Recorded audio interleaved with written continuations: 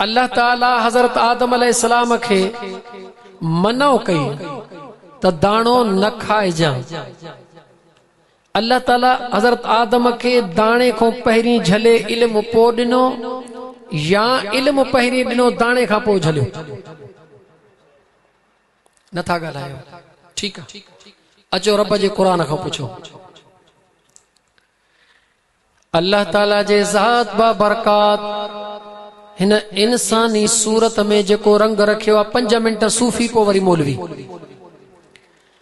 अल्लाह ताला जे ज़ात बा बरकात हिन आदम जे हिन चेहरे में जेको रंग रखियो आहे, कॾहिं तव्हां असांखे गौर करण घुर्जे। आदम अलैहिस्सलाम के अल्लाह ताला जे ज़ात बा बरकात इल्म अॻु में अता फरमायो, दाणे खाइण जी मनो पो फरमाई। अगर अॻु में इल्म न अता कयो वञे हा त चवे अकुल वारा चवन हा त आदम के ख़बर ई कोन हुई। अचो अल्लाह जे पाक क़ुरान करीम जो दलील ॾेई हला। अल्लाह जे ज़ात बा बरकात आदम अलैहिस्सलाम के जॾहिं पैदा फरमायो, मलाइकन के हुकुम कयो। मलाइकन जेकी कुछ चयो हज़ारे दफ़ा ॿुधी चुको। अल्लाह ताला जे ज़ात बा बरकात उन वक्त भी आदम अलैहिस्सलाम ऐं मलाइकन जे दरमियान में पंहिंजे कुदरत सां हिकड़ियूं शयूं पैदा फरमायूं। उहे शयूं पैदा फरमाए अल्लाह जे ज़ात बा बरकात कुरान में ॿुधायो, व अल्लम आदमल अस्मा कुल्लहा। पहिरीं मलाइक आदम पो पहिरीं मलाइक आदम कि न मथे हलियो हेठि रहा पंहिंजे ॻोठाणी ॿोलीअ ते। छा था चओ? ॻोठाणी ॿोलीअ ते लहा हेठि। थोड़ो घड़ी खर मूंसां हलो मथे पोइ हेठि था लहूं। अल्लाह ताला जे ज़ात बा बरकात आदम अलैहिस्सलाम के अल्लाह फरमायो, जेके भी शयूं अस्मा कुल्लहा, उन वक्त जेके भी शयूं अल्लाह जे ज़ात पया पैदा फरमायूं सभिनी जो इल्म आदम के ॾिनई। सुम्मा अरदहुम अलल मलाइकत फ़क़ाल अंबिऊनी बिअस्माइ हाउलाइ इन कुंतुम सादिक़ीन।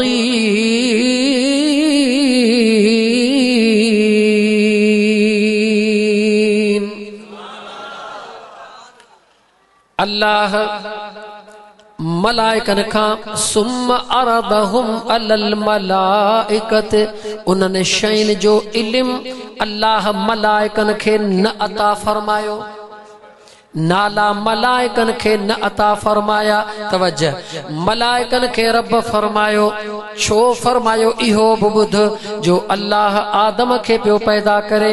मलाइकन चयो मन युफ्सिदु फीहा व यस्फिकु दिमा, मौला फडाई थे, फसादी थे, झेड़ा कड़ थे, खूनी थे न पैदा कर। अल्लाह जवाब दिनो, इन्नी आलम मा ला तअलमून। ओ मलाइको, तमा हिन के फडाई सां त सुञाणो था, पर हिन में जेको राज आ उहो तव्हां नथा सुञाणो। अज़ल खां ॻाल्हि क्लियर थियल आहे मुस्लमान।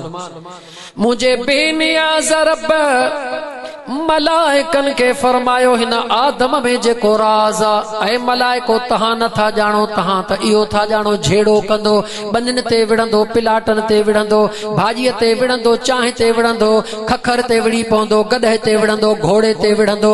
अल्लाह फरमायो, ऐ मलाइको, इहो मथियों राज त तव्हां ॼाणो था, पर असली राज आदम जो मां रब थो ॼाणा। मौला कहिड़ो राज आ? अल्लाह पंहिंजे कुदरत सां शयूं पैदा फरमाए। मलाइकन के चयो, अंबिऊनी बिअस्माइ हाउलाइ इन कुंतुम सादिक़ीन। ऐ मलाइको, अगर तव्हां पंहिंजे दावा में सच्चा हो। कहिड़ी दावा मलाइकन कही? मौला हे इंसान फडाई आ, हे फसादी आ। रब तो चवे, अगर तव्हां पंहिंजे दावा में सच्चा हो, हिननि शयुनि जा नाला ॿुधायो। मलाइकन चयो, क़ालू सुब्हानक ला इल्म लना इल्ला मा अल्लमतना इन इन्नक अंतल अलीमुल हकीम।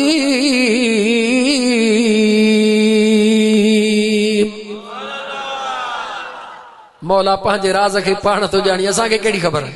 असांखे त जेको ॿुधाईंदे हो ॿुधाईंदासीं। अल्लाह अल्लाह ताला आदम ॾे इशारो फरमायो, क़ाल या आदम अंबिउहुम बिअस्माइहिम फलम्मा अंबअहुम बिअस्माइहिम। क़ुरान करीम जूं मुसलसल आयतूं मक़सद ते अचां। आदम ॾे रब इशारो कयो, आदम जी मिटी कंहिं ॻोही, चओ मलाइकनि कंहिं ॻोही, पाणी कंहिं विधो।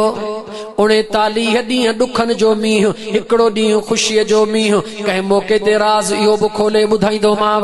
39-40 ॾींहं आदम अलैहिस्सलाम जे उन जिस्म जे मिटीअ जे मथां अल्लाह जे तरफ़ खां मुंहिंजा दोस्त जेको पाणी वसायो वियो, जेको मींहुं वसायो वियो, जेको वणे सो नालो ॾियो। 39 ॾींहं ॾुखनि जो, हिकिड़ो ॾींहुं ख़ुशीअ जो। आदम खे ॿुधायो वियो, तोखे मूंखे ॿुधायो वियो त हीअ ज़िंदगी सुखनि जी ज़िंदगी न आहे, हीअ दुनिया जी ज़िंदगी कंडनि जी सेज आ। 39 ॾींहं तुंहिंजा ॾुखनि में गुज़रंदा, हिकिड़ी राति 40 तुंहिंजी सुखनि में गुज़रंदी। जेकॾहिं 39 ॾींहंनि जे ॾुखनि ते सब्र कयई त मुंहिंजो रब तोखे उहे ख़ुशियूं ॾींदो जो कॾहिं बि खुटाए कोन सघंदे। अल्लाह फरमाए तो ॾुख ॾींदो मैं, ॾुख ॾींदो मैं, आज़माईंदो मैं, आज़माईंदो मैं। वलनबलुवन्नकुम बिशैइन मिनल खौफि वल जूइ व नक़सिम मिनल अमवालि वल अनफुसि वस्समरात व बश्शिरिस साबिरीन।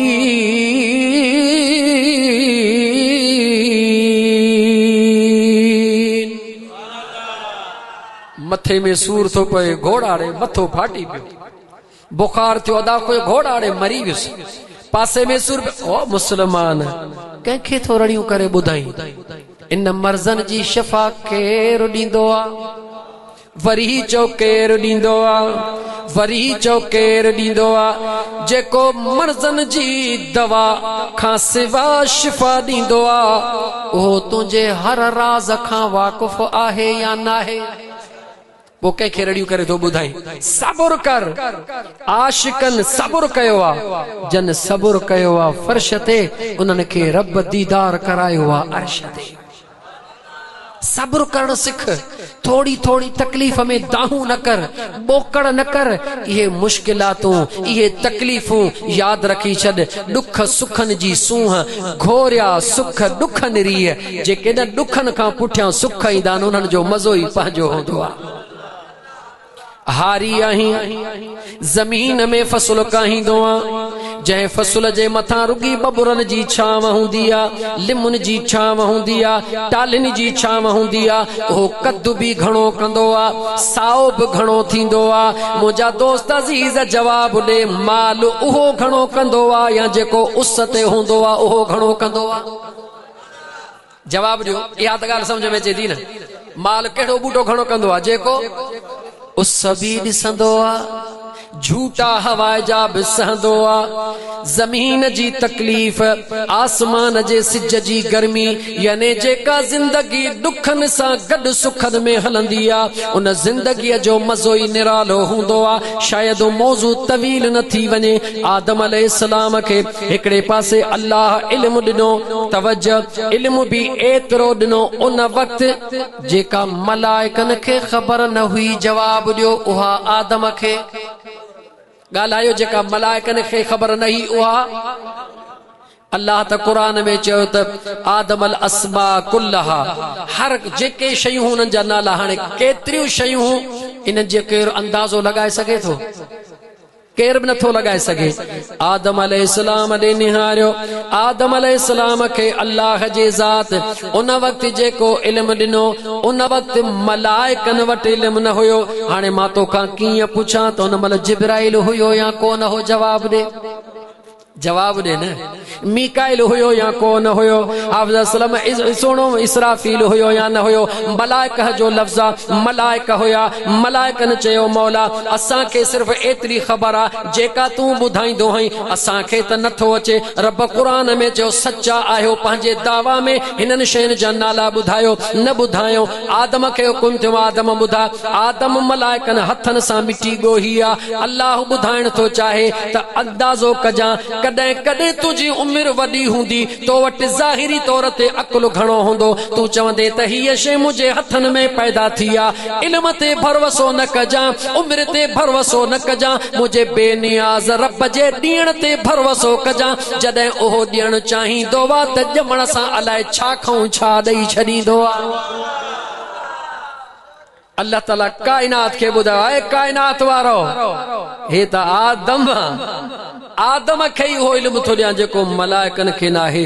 जॾहिं आदम खे ही एतिरो इल्म जंहिंजी मलाइकन खे ख़बर नाहे त जेको आदम खां भी अॻ में आयो उन यार जे इल्म जो अंदाज़ो कंहिंखे। छो त जंहिं महबूब पाण फरमायो त आदम अञा मिट्टी पानी में, मां मुस्तफ़ा गे नबी लेकिन मां अॻिते थो हलां। आदम अलैहिस्सलाम वटि इल्म भी हुयो, ख़बर हुई, पो भला उहो दाणो छो खाधई? ॻाल्हायो, उहो दाणो छो खाधई? सवली सिंधी ॿुधाई या थोड़ो मथे अंग्रेजी हली ॿुधाई? सवली सिंधी ॿुधाई। हिकड़े पासे दुनिया झले रही आ त पाकिस्तान जे हिफाज़ फौज में शामिल न थी जा। अगर पाकिस्तानी फौज में शामिल थींदे हिंदुस्तान जा जेके फौजी या जेके मुंहिंजा दोस्त मुसलमाननि जा दुश्मन उहे गोलियूं हणी तोखे मारे सघनि था, बम हणी तोखे मारे सघनि था, मिसाइलन सां तोखे मारे सघनि था। तोखे ख़बर आ हे मूंखे मारींदा, तोखे ख़बर आ हे मुंहिंजी जान विञाईंदा, तोखे ख़बर आ मूंखे जवानीअ में मौत अचे वेंदी। उन जे बावजूद वञी फौज में शामिल तो थी छाजे करे? जो तोखे इहा भी ख़बर आ त मदीने जे मीर फरमायो आ जेको वतन अज़ीज़ ला जान कुर्बान कंदो आ, रत जो कतरो हेठ पो किरंदो आ, पहिरीं रब उन खे जन्नत जा दीदार कराईंदो आ।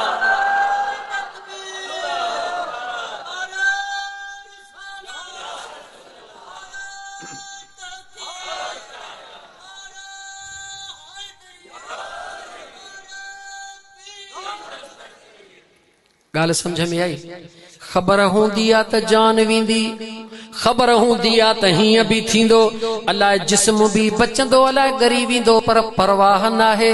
छो परवाह नाहे? समझे थो जान वॾी नाहे, यार जो दीदार, यार जो दीदार। हाणे जे समझी में त मां मोटा थो पोइते आदम अलैहिस्सलाम खे अल्लाह ॿुधायो ही दाणो न खाइजा, दाणो खाईंदे जन्नत मां कढंदो मैं, ज़मीन ते मोकिलींदो मैं, 300 साल रोईंदो मैं, हवा जो मुंहुं ॾिसण भी कोन ॾींदो मैं, ॾुखन में गुज़ारींदे, रड़ियूं कंदे, दाहूं कंदे, कूकूं कंदे, मां अल्लाह जे दर तो बहूं कंदो वेंदे। जेकॾहिं दाणो न खाईंदे सदाईं जन्नत में हूंदे, मनौब करे थो दाणो न खाईंदे जन्नत में हूंदे, तवज्जो कजा। लेकिन उन कुदरत जे इल्म सां रब इहो भी ॼाणाए रहियो आहे, ऐ आदम अगर दाणो न खाईंदे त जन्नत जे मज़न में हूंदे, दाणो न खाईंदे त मज़ा ई मज़ा हूंदई, पर जे दाणो खाईंदे त मुंहिंजे इश्क जी रज़ा ई रज़ा हूंदई। ऐ आदम जेकॾहिं दाणो न खाईंदे अकेलो जन्नत में हूंदे, हवा सां गॾु जन्नत में हूंदे, मलाइकनि सां गॾु जन्नत में हूंदे, वरी रब हुकुम कयो थोड़ो हीअं कर। जॾहिं हीअं कयईं महबूब जो दीदार के मौला हिन पिरीअ जो दीदार कीअं थींदो? जवाब मिलियो हिन जो तॾहिं दीदार थींदो जॾहिं जन्नत मां निकिरण क़बूल कंदे, ॾुखन में गुज़ारण क़बूल कंदे, राति ॾींहं रोअण क़बूल कंदे, यानी मुश्किलातूं मुसीबतूं सभई क़बूल कंदे। जॾहिं तूं सभिनी खे क़बूल कंदे त पोइ दीदार मां रब तोखे पाण ई कराए छॾींदुमि। आदम अलैहिस्सलाम जो दाणो खाइण आदम जी ख़ता नाहे, बल्कि आदम जे प्यार जी अदा है।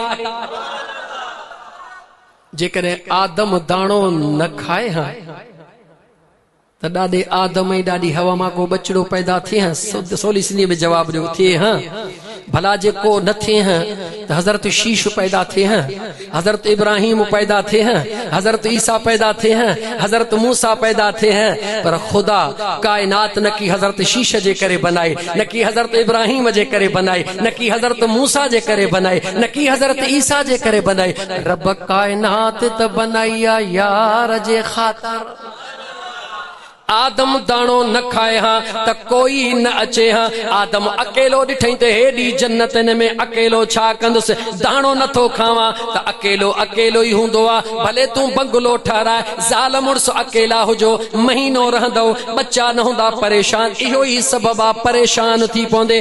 पंहिंजो न हूंदई त कंहिंखां ओधारो बि वठंदे, मूंखे ॾियो मां पालियां। उन में जेसिताईं बचिड़ो घर में न हूंदो आहे, बंगलो खाइण ईंदो आहे, बचिड़ो घर में न हूंदो आहे, दौलत कान वणंदी आहे, बचिड़ो घर में न हूंदो आहे, सुकून को न ईंदो आहे। घर में मज़ो तॾहिं ईंदो आहे जॾहिं बचिड़ो मौजूद हूंदो आहे। पर जे बचिड़ो बि चोॾीअ जो चंड हुजे त हुन जो अंदाज़ छा हूंदो आहे। आदम अलैहिस्सलाम खे रब फरमायो अकेलो रहण थो चाहीं त पोइ इन दाणे जे वेझो न वञजां, इन ई जन्नत में वेठो हूंदे वेठो मज़ा माणजां। पर जे दाणो खाईंदे ही ॾुख बि मिलंदई, ही ॾुख बि मिलंदई, ही ॾुख बि मिलंदे। अर्ज़ थो करे मौला रुगी